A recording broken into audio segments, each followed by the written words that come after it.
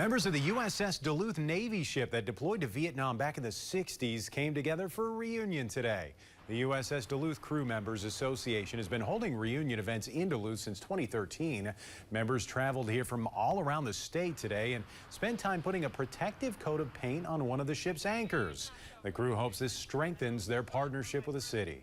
We enjoy a very positive relationship with the city of Duluth and the people of Duluth, the entire Duluth community.